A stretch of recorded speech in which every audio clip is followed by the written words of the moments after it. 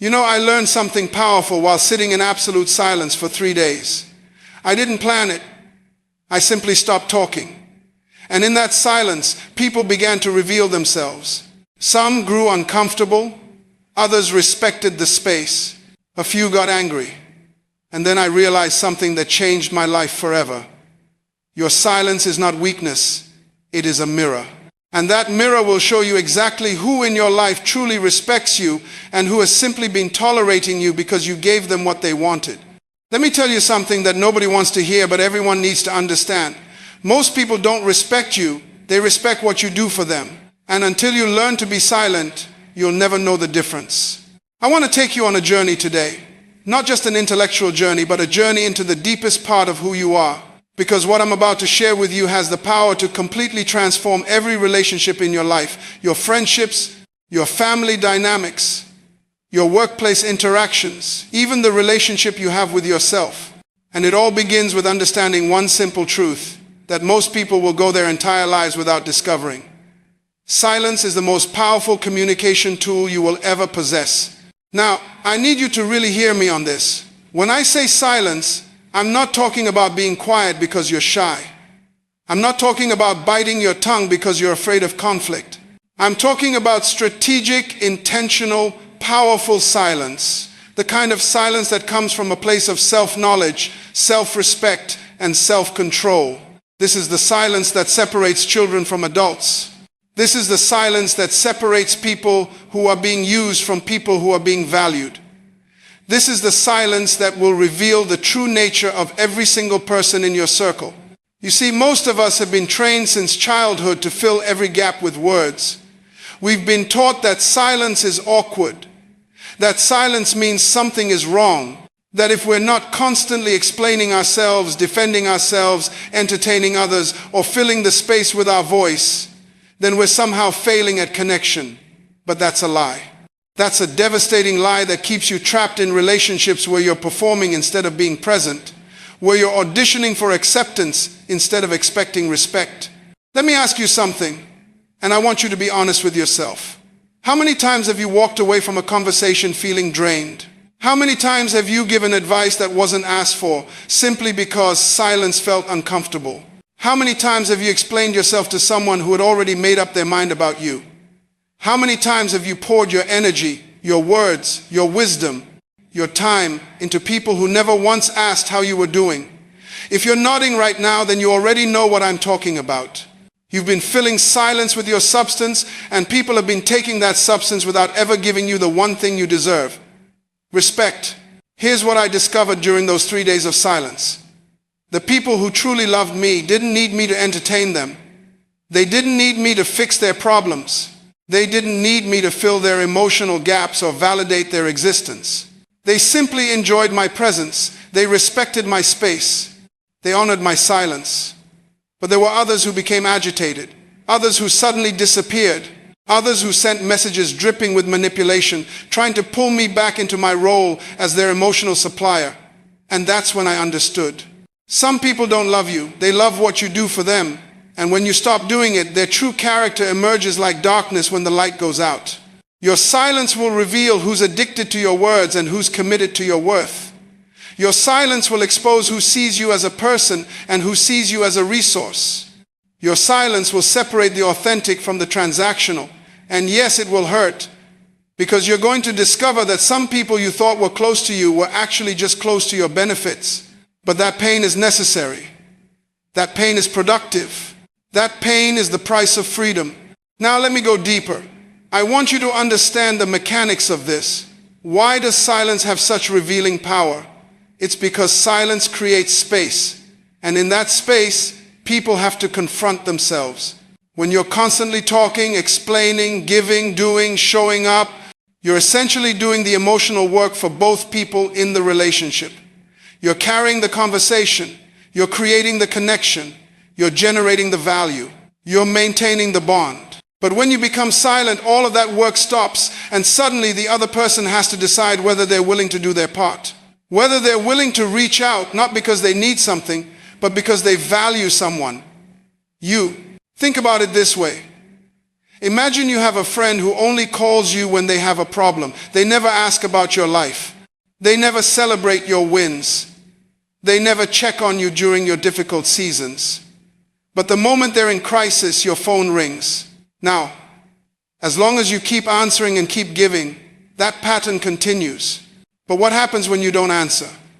What happens when you stop being available on demand? What happens when you become silent? One of two things will occur.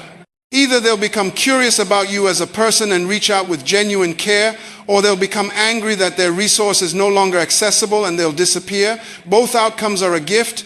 One gives you a real relationship. The other frees you from a fake one.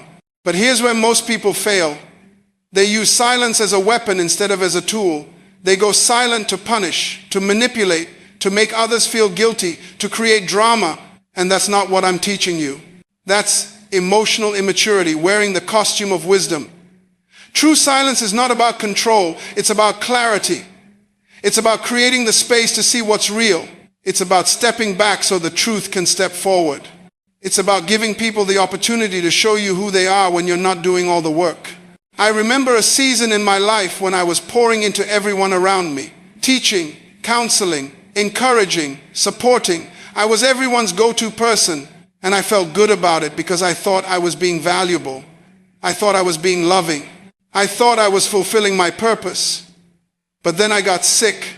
Nothing life-threatening, but enough to knock me down for a few weeks, enough to force me into silence, enough to make me unavailable. And you know what I discovered? Out of the dozens of people I had been pouring into, only a handful checked on me. Only a few asked if I needed anything. The rest simply moved on to the next source. And that hurt.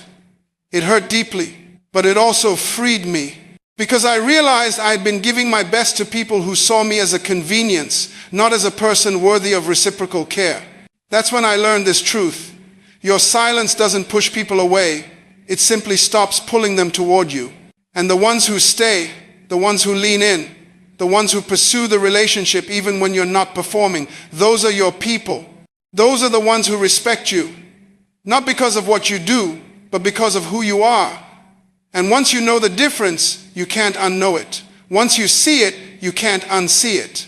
Your entire life changes when you stop filling silence with your worth and start using silence to reveal who truly values your worth. So today, I'm going to walk you through the complete understanding of this principle. I'm going to tell you stories that will make this real for you. I'm going to give you practical lessons that you can apply immediately. And I'm going to show you exactly how to practice strategic silence in a way that brings clarity, healing, and transformation to your relationships. But more than that, I'm going to show you how silence will transform you. Because the greatest revelation won't be about other people. It will be about yourself. It will be about the ways you've abandoned yourself to please others. The ways you've silenced your own needs to amplify theirs. The ways you've made yourself small so others could feel big. And when you see that, when you really see it, everything changes. Are you ready? Because once you hear this, once you truly understand this, you cannot go back to the way things were. You cannot return to performing for acceptance. You cannot return to auditioning for respect. You cannot return to filling every silence with your substance while others take and never give back. So take a deep breath. Open your heart. And let's begin this journey into the power of silence and the revelation it brings. Let me tell you a story. There was a man who worked in a company for 15 years. Every single day, he was the first one in and the last one out. He helped his colleagues with their projects. He covered shifts when people called in sick. He brought solutions to problems that weren't even his responsibility. He was known as the dependable one, the reliable one, the one you could count on. And he felt proud of that identity. He felt needed. He felt valuable. Until one day he decided to take his first real vacation in 15 years. 2 full weeks. He didn't check emails. He didn't answer calls. He simply went silent. And when he returned, do you know what he discovered? The office had functioned perfectly without him. Nobody missed him. Nobody even asked where he'd been. Oh, they were polite when he came back, a few casual welcomes, but there was no depth, no genuine curiosity, no real connection. And that's when he realized something devastating. He had spent 15 years being useful, but he had never become valuable. He had made himself available, but he had never made himself respected. That story breaks my heart every time I think about it, because it's the story of millions of people who confuse busyness with purpose, people who confuse being needed with being valued, people who confuse filling space with occupying a meaningful place in someone's life.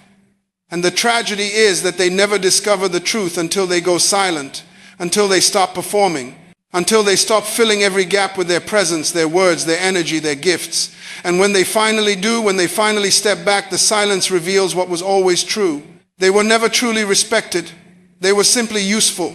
Now, I need to clarify something crucial here, because I don't want you to misunderstand what I'm saying. I'm not telling you to become cold. I'm not telling you to withhold love. I'm not telling you to stop being generous or kind or helpful. What I'm telling you is that your generosity should flow from a place of wholeness, not from a place of desperation for acceptance. Your kindness should be a choice, not a strategy to earn respect. Your help should be freely given, not transactionally offered in exchange for validation. And the only way to know the difference is through silence, through stepping back, through creating space to see if the relationship can stand on mutual respect, or if it only functioned because you were doing all the work. Let me give you another example.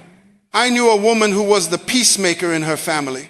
Every conflict, every argument, every tension, she was the one who smoothed it over. She called everyone. She organized the gatherings. She remembered the birthdays. She sent the gifts. She was the glue holding everyone together. And she believed that was her role, her purpose, her contribution, until one year she decided to stop. Not out of anger, but out of exhaustion. She simply went silent. She didn't organize the holiday gathering. She didn't make the phone calls. She didn't send the reminders. She just waited. And guess what happened? Nothing. No one called her. No one organized anything. The family simply drifted apart. And at first she felt guilty. She felt like she had failed them. But then she had a revelation. She hadn't failed them. They had failed her. Because a real family, a healthy family, doesn't fall apart when one person stops doing all the work. A real family is built on mutual effort, mutual respect, mutual love. And her silence revealed that she had been in a one-sided relationship with people who took her for granted. Now here's where it gets deep. When you go silent, you're not just revealing who respects you, you're also revealing who you've been. You're revealing the patterns you've created, the roles you've played, the ways you've taught people to treat you. Because here's a hard truth. People treat you the way you teach them to treat you. If you've trained people to expect your constant availability, they'll become upset when you're unavailable. If you've trained people to expect your constant problem solving, they'll become frustrated when you stop solving their problems. If you've trained people to expect your constant emotional labor, they'll become distant when you stop laboring. And that's not their fault. That's the dynamic you created. But the beautiful thing about silence is that it gives you the opportunity to reset those dynamics, to teach a new pattern, to establish new boundaries, to create new expectations. And yes, some people won't like it. Some people will resist it. Some people will leave. But the ones who stay, the ones who adjust, the ones who rise to meet you in a healthier place, those are the ones worth keeping. I want to talk to you about respect for a moment, because I think this word has been deeply misunderstood. Most people think respect is about admiration, about looking up to someone, about holding someone in high regard because of their achievements or their status or their position. But let me tell you something that might shake your understanding. That's not respect, that's admiration, that's esteem, that's appreciation. And while those things are good, they're not respect. Respect is something far more profound, far more fundamental, far more universal. You see, admiration is conditional. It depends on what someone does. It depends on their talent, their skill, their accomplishments. You admire the athlete because they can do things with their body you can't do. You admire the musician because they create beauty with sound. You admire the entrepreneur because they built something from nothing. But what happens when the athlete gets injured? What happens when the musician loses their ability to perform? What happens when the entrepreneur's business fails? Does your admiration remain? Usually not, because admiration was never about who they were. It was about what they could do. Respect, on the other hand, is unconditional. It's not based on achievement. It's based on existence. It's based on the simple fact that someone is human, that they bear the image of God, that they have inherent worth that cannot be earned and cannot be lost. This is why you can respect someone you don't admire. You can respect someone you don't even like. You can respect someone you completely disagree with, because respect isn't about their performance. It's about their personhood. Think about it this way.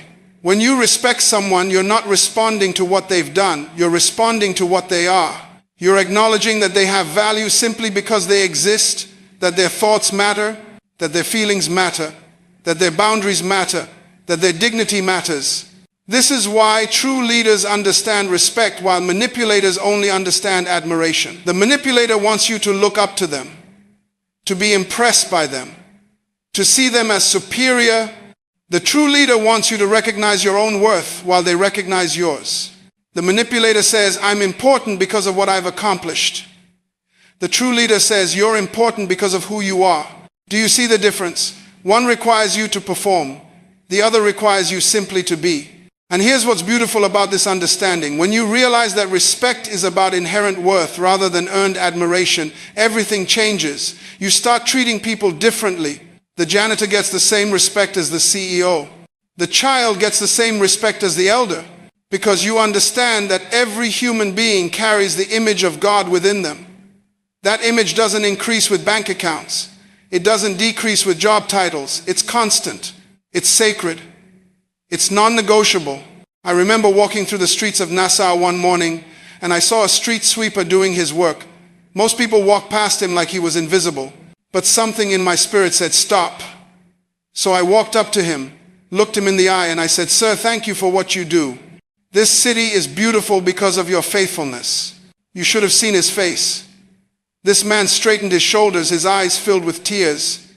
He said, in 20 years, you're the first person who ever said thank you. 20 years. That's not just sad, that's criminal. That's what happens when people don't understand identity. Now here's where it gets even more powerful. When you understand your identity, you stop comparing yourself to others. Because comparison is the thief of joy and the assassin of purpose. You cannot walk in your destiny while you're busy measuring yourself against someone else's journey. See, God didn't make you to be the next anybody. He made you to be the first you. There's never been another you. There will never be another you. Your fingerprints are unique. Your DNA is unique. Your voice pattern is unique. Even your thoughts, the way you process information, nobody thinks exactly like you. That means you have something to contribute to this world that nobody else can contribute. You have a perspective that nobody else has. You have a combination of gifts, experiences, talents, and passions that is uniquely yours. And when you try to be somebody else, you rob the world of what only you can give. I've watched too many people die with their music still in them, because they spent their whole lives trying to sing somebody else's song. They watched someone else succeed and said, I want to do that. But they never asked, what did God put in me? What's my unique contribution? Your identity isn't found in imitation, it's found in revelation. God has to reveal to you who you are. And when God reveals who you are, nobody can talk you out of it. Nobody can discourage you. Nobody can make you feel inferior. Because you're not operating from opinion anymore, you're operating from revelation. I remember years ago I was invited to speak at a conference where some of the most celebrated speakers in the world were present. Names you would recognize, ministries with millions of followers. And I'll be honest with you, there was a moment backstage where I felt that old familiar whisper, who are you to be on this platform? But then the Holy Spirit reminded me, I didn't call you to compete with them. I called you to complete the picture. They have their piece of the puzzle. You have yours. Without your piece, the picture is incomplete. That changed everything for me. I walked onto that stage, not trying to be better than anyone, not trying to prove anything, just committed to delivering what only I could deliver. And you know what happened? People didn't compare me to the other speakers. They received what God had placed in me as a unique gift to them.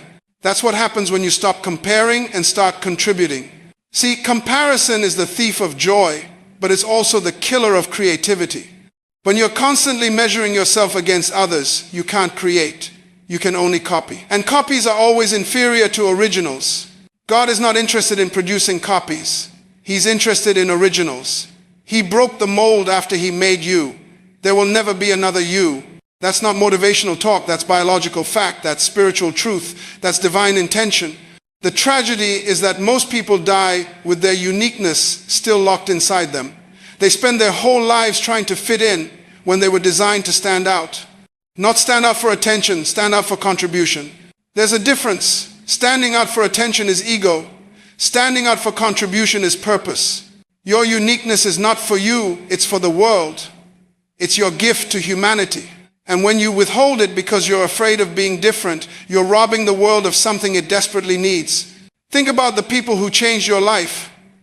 Were they the ones who blended in? Or were they the ones who had the courage to be exactly who God made them to be?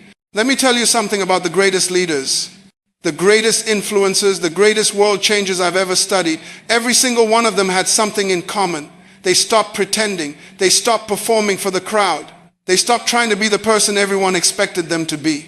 Martin Luther King Jr. could have been a safe preacher. He could have stayed comfortable in his pulpit, collecting his salary, keeping people happy with nice sermons. But something inside him wouldn't let him blend in. His uniqueness demanded to be expressed. His voice had to be heard. And when he stopped conforming to what was safe and started living out his true assignment, the world shifted. The same goes for Mother Teresa. She could have remained a comfortable teacher in a nice school, but her uniqueness was calling her to the streets. Her assignment was with the dying, the forgotten, the invisible. When she embraced what made her different, when she stopped conforming to conventional expectations of what a nun should do, she changed the face of compassion forever. You see, your difference is not your disadvantage. Your uniqueness is not your weakness. It's your weapon. It's your signature. It's the thing that will make you unforgettable. But here's what happens to most people. They look around and they see what's working for someone else and they think, I need to do that too. They see someone else's success and they try to duplicate it. They try to copy someone else's style, someone else's gift, someone else's approach.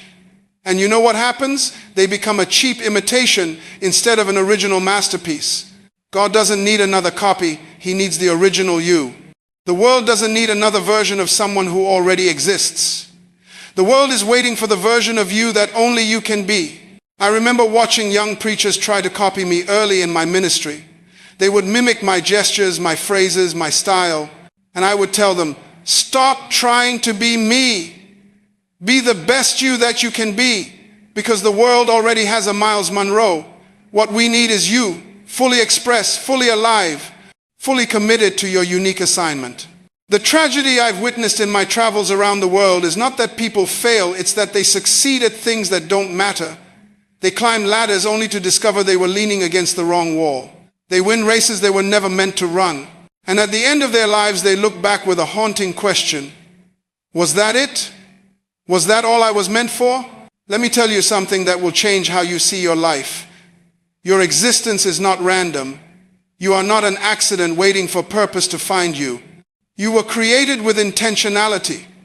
Before you took your first breath, there was already an assignment with your name on it. The question is not whether you have purpose. The question is whether you will discover it and live it fully. I remember counseling a young woman who came to me in tears. She said, Dr. Munroe, I feel like I'm wasting my life. I have a good job, a nice apartment, but I wake up every morning feeling empty. I asked her one question. What did you dream about as a child? Her eyes lit up. I wanted to teach children who couldn't afford school. I wanted to give them hope. I looked at her and said, then why are you working 12 hours a day, making rich people richer, while poor children go without the gift that's trapped inside you? 6 months later, she quit that job. Today, she runs a network of schools in 3 countries. She's not wealthier in monetary terms, but you should see her face. She's alive. She found her why. And when you find your why, you'll find a way. Here's what I need you to understand. Purpose is not something you invent. It's something you discover.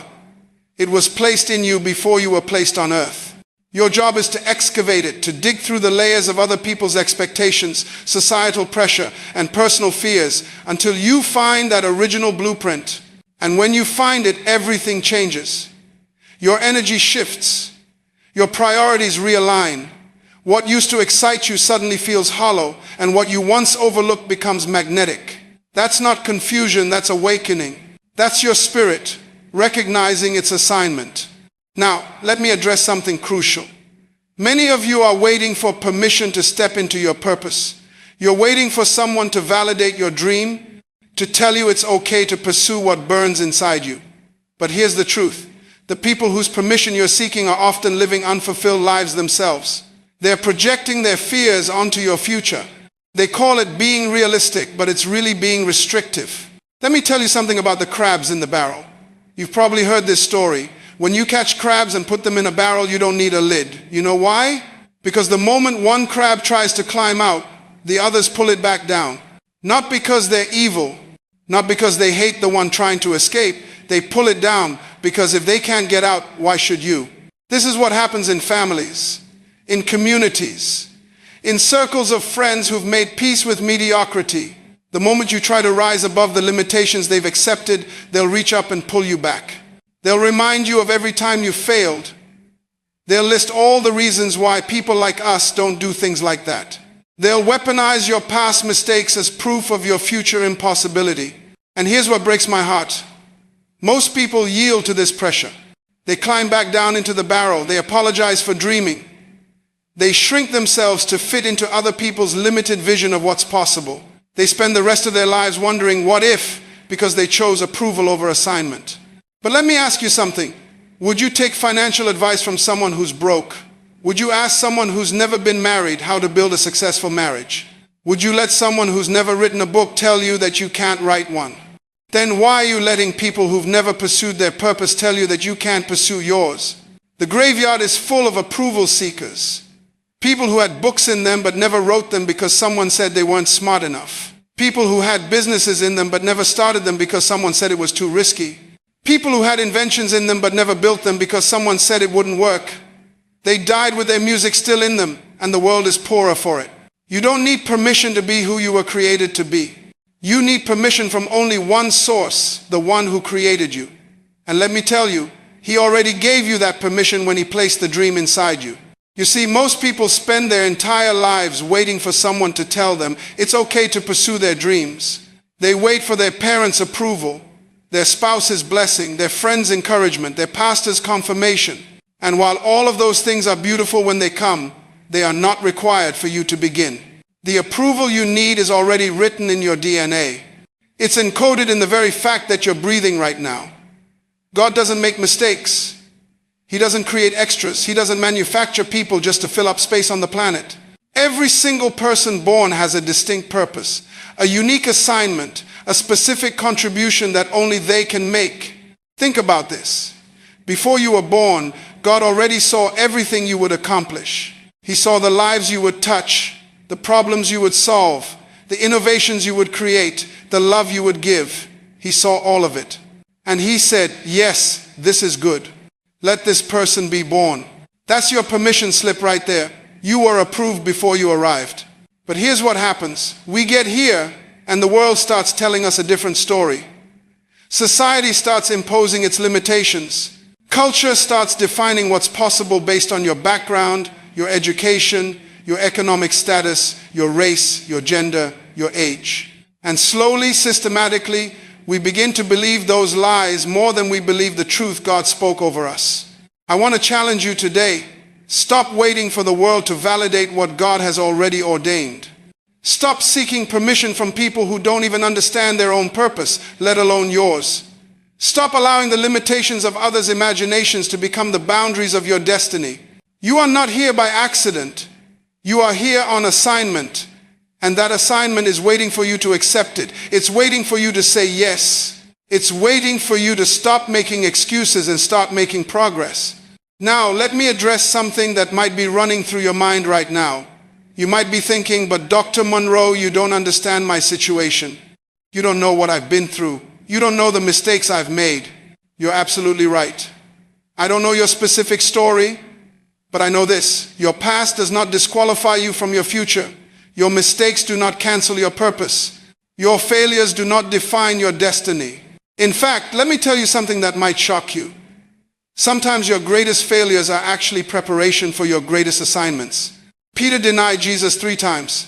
3 times. The man who walked on water, who declared, "You are the Christ," who swore he'd never abandon Jesus. He crumbled under pressure from a servant girl, not a Roman soldier, not the high priest, a servant girl. That's humiliating. But here's what most people miss. After the resurrection, Jesus specifically asked Peter 3 times, "Do you love me?" 3 denials, 3 affirmations.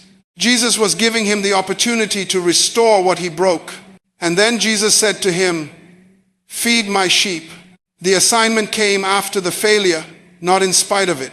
Moses murdered a man and ran away for 40 years. 40 years! He went from prince of Egypt to shepherd of sheep.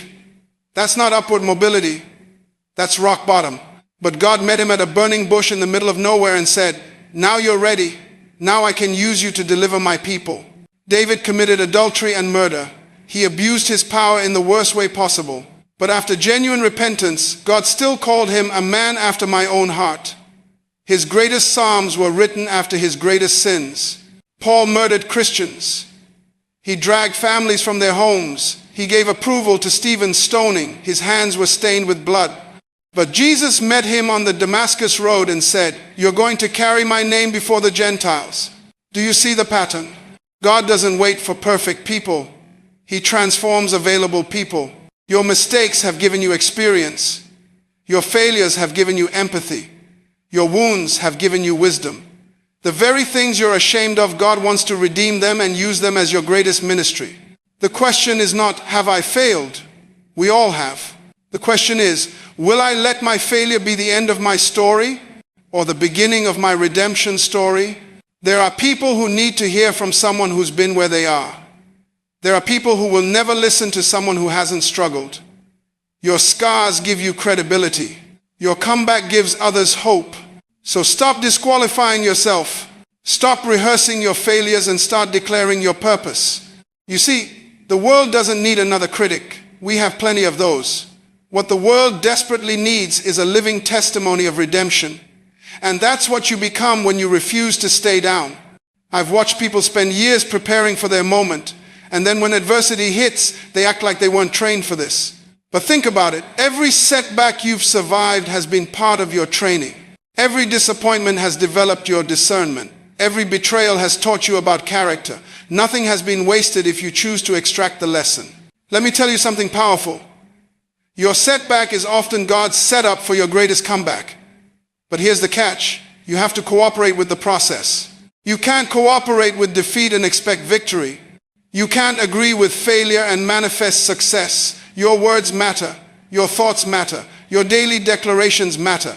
I remember counseling a young entrepreneur who had lost everything in a business venture. He came to me broken, defeated, talking about how he'd never take another risk. And I said to him, "So you're going to let one chapter define the entire book of your life?" He looked at me confused. I continued, "You're on chapter 7 and you want to close the book? What about chapters 8, 9, and 10? What about the plot twist that's coming? What about the comeback that's going to make this setback look like a setup?" 6 months later, he started again. Different approach, same passion. Today, that failed businessman employs over 200 people. But it almost didn't happen because he almost believed the lie that his failure was final. Here's what I need you to understand. Failure is an event, not an identity. You failed at something. You are not a failure. The business failed. You are not the business. The relationship ended. You are not defined by that ending. Separation is crucial here. When you merge your identity with your setback, you give that setback permanent residence in your future. Your comeback starts the moment you separate who you are from what happened to you. I've watched people become archaeologists of their own pain, constantly digging up old hurts, examining them, cataloging them, preserving them like sacred relics. They can tell you the exact date, time, and weather conditions of every disappointment. They've memorized the script of every betrayal. They've created museums in their minds where they give daily tours of their trauma. But here's what I need you to understand. You cannot simultaneously excavate your past and build your future. Your hands can only do one job at a time. Every moment you spend curating your collection of hurts is a moment stolen from constructing your comeback. Now, I'm not talking about denial. There's a massive difference between acknowledging what happened and anchoring yourself to it. Acknowledgement says, yes, that occurred and it was painful. Anchoring says, that occurred and it defines me. One is honest assessment, and the other is identity theft. You're letting your past steal your future self. Think about a scar. A scar is proof that you were wounded, yes, but more importantly, it's proof that you healed. The scar doesn't hurt anymore. You don't wake up every morning and reopen it to prove it was real. The injury was valid, the pain was real, but healing transformed it from an open wound into a testimony of survival. Your comeback requires this same transformation. You've got to let your wounds become scars, visible reminders of what you survived, not open gashes that you keep fresh by constantly touching them. Here's principle number 3, and this one might sting a little. Your comeback demands that you forgive, even when they don't deserve it, especially when they don't deserve it. I can feel some of you bristling right now. Dr. Munroe, you don't know what they did to me. You don't know how they betrayed me, how they lied, how they destroyed what I built. You're absolutely right. I don't know your specific story, but I know this universal truth. Unforgiveness is drinking poison and expecting the other person to die. Every day you refuse to forgive is another day you give your offender free rent in your head, free influence over your emotions, free control over your destiny. You think you're punishing them by holding that grudge, but look at your life honestly. Who's really being punished? While you're replaying that betrayal in your mind for the 1,000th time, they've probably moved on. They're sleeping peacefully. They're pursuing their dreams. And you're stuck in a prison cell where you're both the prisoner and the guard. The most powerful thing about forgiveness is this: it's not about them. It never was. Forgiveness is how you take back your power. It's how you reclaim the energy you've been wasting on resentment and redirect it toward your purpose. Let me tell you something that might shock you. When you forgive, you're not saying what they did was okay. You're not excusing it. You're not forgetting it. You're simply refusing to let it define you anymore. You're saying what you did was wrong, but I will not let your wrong steal my right to peace, joy, and progress. I've seen people literally transform overnight when they finally released forgiveness. I remember counseling a woman who had been bitter toward her father for 30 years. 30 years of anger. 30 years of emotional distance from everyone who tried to love her. When she finally forgave him, and he had been dead for 15 years, it was like watching someone take their first breath after nearly drowning. Her face changed. Her posture changed. Her entire countenance shifted. That's what unforgiveness does. It suffocates your spirit slowly, so gradually that you don't even realize you've been dying inside. You just know that life feels heavy, joy feels distant, hope feels like a foreign language. Here's what I want you to understand. Forgiveness is a gift you give yourself. It's not earned by the offender. It's not contingent on their apology. In fact, the people who hurt you the most might never acknowledge what they did. They might never say sorry. And if you wait for their apology before you release your bitterness, you're giving them power over your healing that they don't deserve. You have the authority to forgive unilaterally. You don't need their permission. You don't need their participation. You simply make a decision that their debt is canceled. And the moment you do that, something supernatural happens. The bitterness that was eating away at your joy, it loses its grip. The anger that was poisoning your peace, it begins to dissolve. The resentment that was blocking your blessings, it starts to crumble. Because unforgiveness is not just about the other person. It's about you. It's about your freedom. It's about your future. Listen to me carefully. The person you refuse to forgive may be sleeping peacefully tonight while you're lying awake rehearsing their offense. They may have forgotten what they did while you're replaying it like a movie in your mind. They may have moved on with their life while you're still stuck in that moment of pain. Who's really being punished by your unforgiveness? I've counseled people who held grudges for 20, 30, 40 years, and you know what they all said? I wish I had let it go sooner. Not one person ever said, I'm so glad I held on to that bitterness all those years. Not one. Because unforgiveness is a luxury you cannot afford. It's too expensive. The price is too high. It costs you your peace. It costs you your health. It costs you your relationships. It costs you your destiny. And here's what makes it even more tragic. Most of the time, the person you're refusing to forgive doesn't even know you're upset. They're out there living their best life while you're drinking poison, hoping they'll get sick. That's the insanity of unforgiveness. So let me ask you again, who do you need to forgive today? Is it a parent who disappointed you? Forgive them. A spouse who betrayed you? Forgive them. A friend who abandoned you? Forgive them. A business partner who cheated you? Forgive them. A church member who gossiped about you? Forgive them. But most importantly, can you forgive yourself? Because sometimes the hardest person to forgive is the one you see in the mirror. You've been carrying guilt and shame for decisions you made years ago. You've been punishing yourself for mistakes that have already been covered by grace. Listen to me. If God has forgiven you, who are you not to forgive yourself?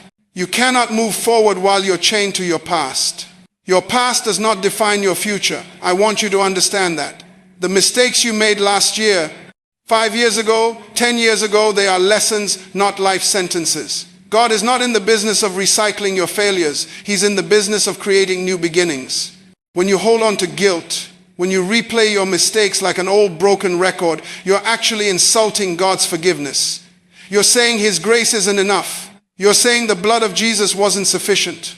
And I'm here to tell you that's a lie from the pit of hell. The Bible says in Lamentations, His mercies are new every morning. Every morning, not every year, not when you finally feel like you deserve it. Every single morning, you wake up to fresh mercy. That means the grace you need today is already waiting for you. But here's what happens. We sabotage ourselves. We create invisible prisons in our minds and we lock ourselves in. We rehearse our failures instead of rehearsing our victories. We meditate on what went wrong instead of what God is making right. I've watched people destroy their future because they couldn't let go of their past. Talented people, gifted people, people with incredible potential.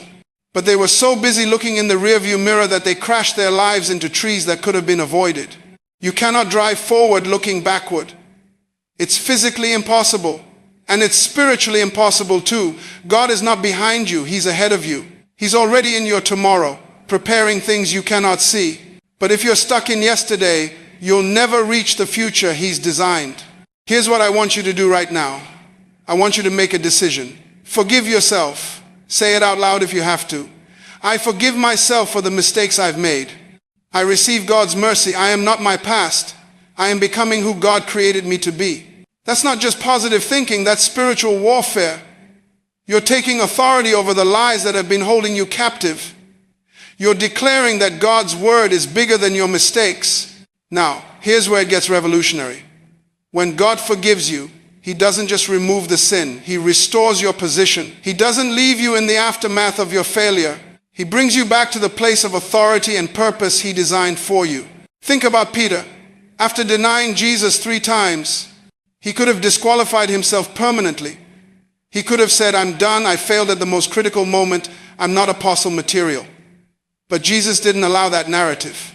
After the resurrection, Jesus specifically sought out Peter. He asked him 3 times, do you love me? Not to shame him, but to restore him. 3 denials, 3 affirmations. Jesus was rebuilding Peter's identity, reminding him that his purpose was still intact. And what happened after that restoration? Peter became the bold preacher at Pentecost. 3,000 souls were saved through his message. The same man who denied Jesus in fear became the foundation of the early church. That's the power of restoration after forgiveness. Your past failure is not your future disqualification. When God forgives you, He reinstates you. He brings you back to your assignment. You might think, but I've lost so much time. I've wasted years. God is the master of redeeming time. The Bible says He restores the years the locusts have eaten.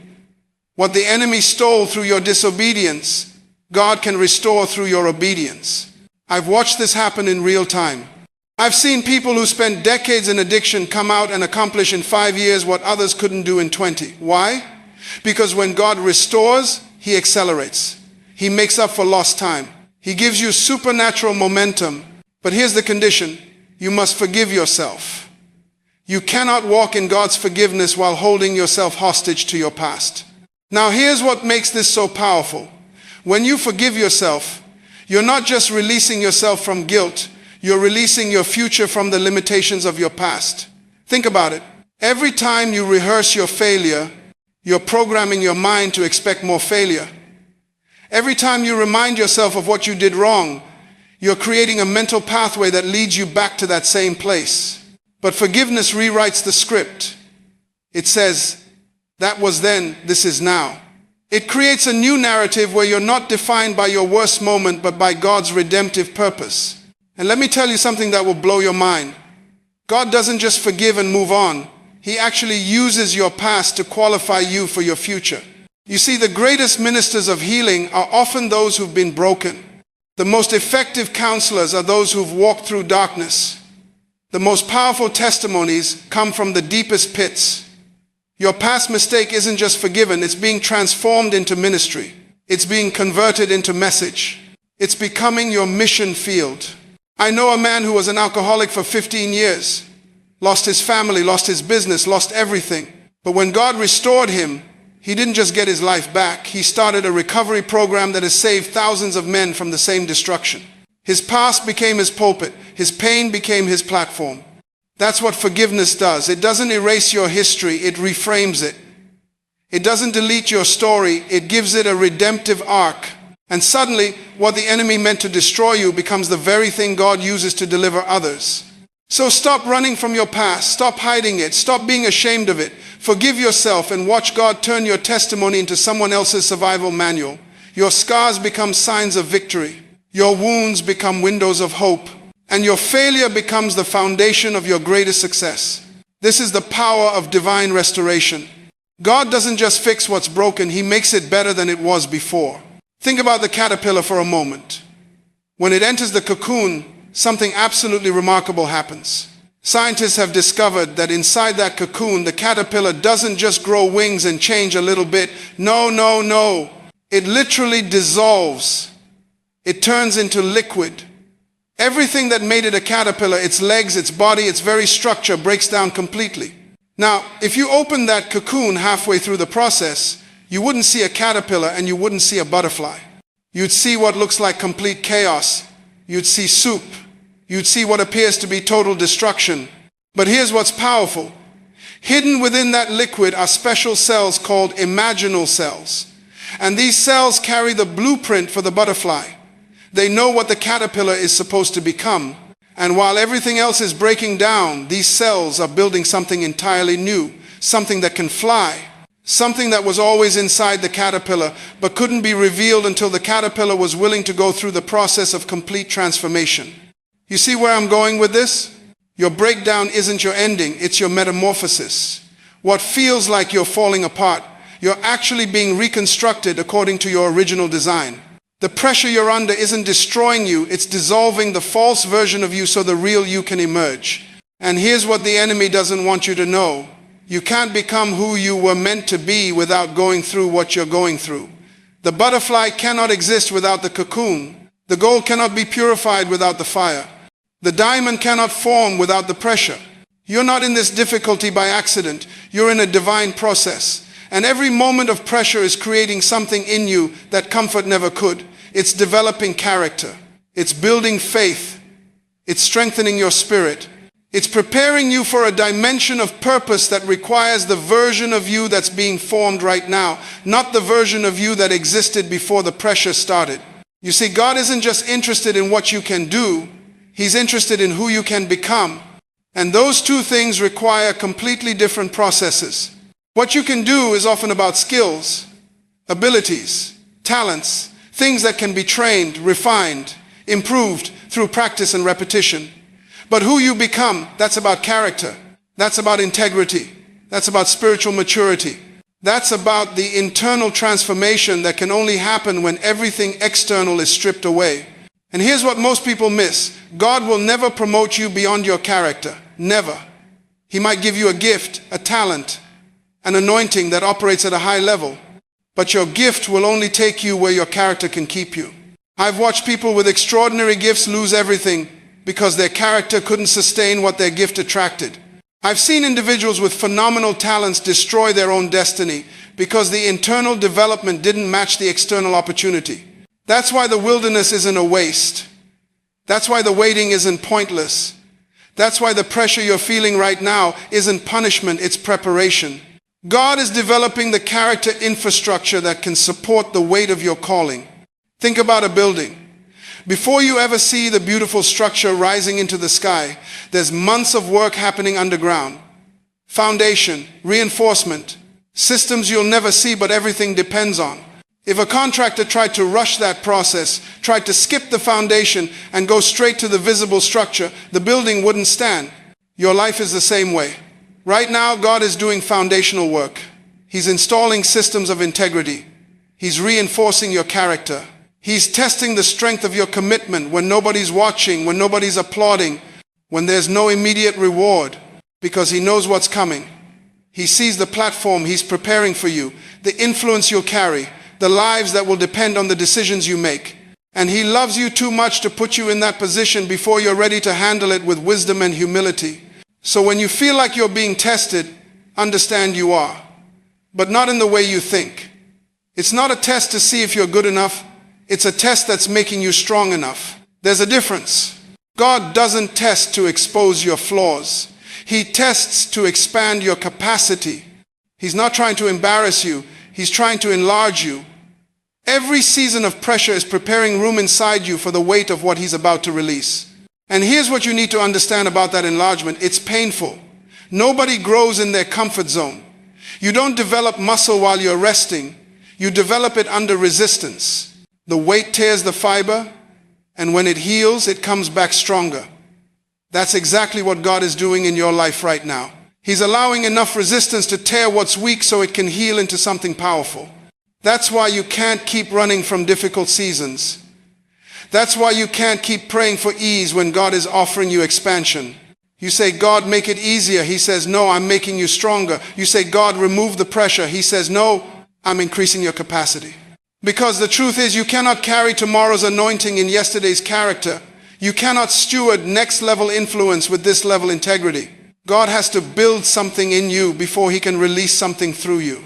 And that building always happens in the pressure. I've watched people abort their destiny right at the edge of breakthrough because they couldn't handle one more day of the process. They were so close. The promise was right there, but they got tired. They got offended. They started comparing their journey to someone else's highlight reel, and they walked away from the very season that was about to produce their promise. Don't do that. Don't abort in the 9th month. Don't give up in the final round. Don't walk away when the test is almost over. Because I promise you, God doesn't waste your pain. Every tear has been collecting. Every prayer has been recorded. Every night you cried yourself to sleep, heaven was taking notes. And when your time comes, all of that is going to be converted into testimony. And the enemy doesn't want you to know this. He wants you to think that your suffering was meaningless. He wants you to believe that all those years were wasted. But I'm here to tell you today, nothing is wasted in the kingdom of God. Not one tear, not one sleepless night, not one moment of pain. See, the devil thought he was destroying you, but God was developing you. The enemy thought he was breaking you, but God was making you. What looked like a setback was actually a setup. What felt like a burial was actually a planting. And everything you've been through has been preparing you for what you're about to step into. You know why some people can't handle the next level? Because they didn't go through what you went through. They don't have the character you've developed. They don't have the depth you've gained. They don't have the wisdom you've acquired through the fire. So when God looks for someone to carry the weight of greater blessing, greater influence, in greater territory, He's looking for you. Because you've been trained, you've been tested, you've been proven. I remember meeting a woman who had spent 17 years believing for her breakthrough. 17 years. And when it finally came, people said, oh, you're so lucky. Lucky? She spent 17 years building the spiritual capacity to contain what God was about to release. She spent 17 years learning patience, persistence, faith, and endurance. She wasn't lucky, she was qualified. That's what your delay has been doing. It's been qualifying you, building your capacity, strengthening your foundation. Because if God gave you everything you prayed for when you first prayed for it, it would have destroyed you. You weren't ready then, but you're getting ready now. And here's what I need you to understand. The length of the wait is proportional to the size of the blessing. Nobody waits 25 years for a $25 miracle. The longer the process, the greater the promise. The deeper the preparation, the higher the promotion. So if you've been waiting a long time, get ready, because something massive is about to manifest in your life. But here's what most people don't understand about promotion. They think it's about visibility. They think it's about being seen, being known, being recognized. But true promotion isn't about being seen, it's about being trusted with more. You see, when you move from one level to another, you're not just receiving a title, you're receiving a responsibility.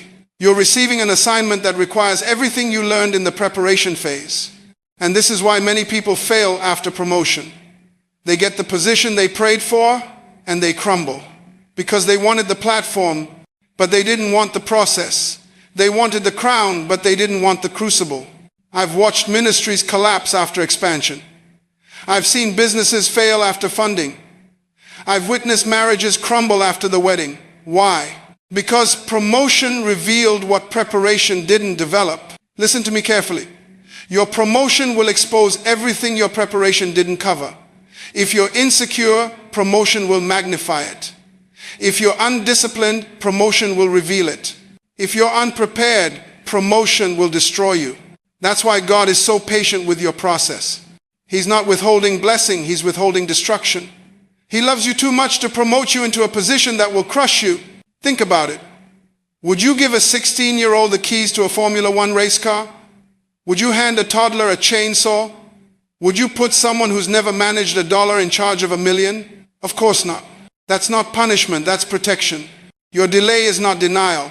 Your waiting is not wasting. God is developing in you what He wants to demonstrate through you. And when the time is right, when the preparation is complete, your promotion will be undeniable. But here's the question you need to ask yourself today. Not when will I be promoted, but am I becoming promotable? Not when will my season change, but am I changing in this season? Because the truth is, you're always being watched. You're always being evaluated. Not by people, by life itself. Your character is being tested in obscurity so it can be trusted in opportunity. How you handle the small things determines what you'll be trusted with in the large things. Because here's what most people don't understand. Promotion doesn't come from man. It comes from preparation meeting divine timing. And that preparation happens in the private places nobody sees. Joseph didn't become prime minister of Egypt because Pharaoh liked his resume. He became prime minister because 13 years of prison and slavery had forged in him a character that could handle national responsibility without corruption. The same prison that broke other men made him. And that's the paradox of delay. What feels like life holding you back is actually life holding you up. Building the foundation strong enough to support the weight of your destiny. I've watched it happen again and again. The person who gets promoted too quickly before their character catches up to their calling almost always self-destructs. They get the platform before they develop the integrity. They get the influence before they build the wisdom. And the weight of the opportunity crushes them because the foundation wasn't ready. God is not slow, God is thorough. He's not trying to frustrate you, He's trying to complete you. Because He knows something you don't. He knows exactly how big your assignment is. He knows the pressure that's coming with that next level. And He loves you too much to promote you into something that will destroy you. So when you feel like you're running in place, remember this. Character is built in the valley, not on the mountaintop. Your resilience is being forged in resistance. Your faith is being strengthened in the waiting. Your humility is being refined in the hiddenness. Don't despise the delay. It's not denying you, it's developing you. Because when your time finally comes, and it will come, you won't just be ready for the opportunity, you'll be ready for everything that comes with it. The criticism, the pressure, the responsibility, the loneliness of leadership, the weight of influence. And you'll stand there, solid, unshaken, because the years nobody saw prepared you for the moment everybody will see. That's the purpose of delay.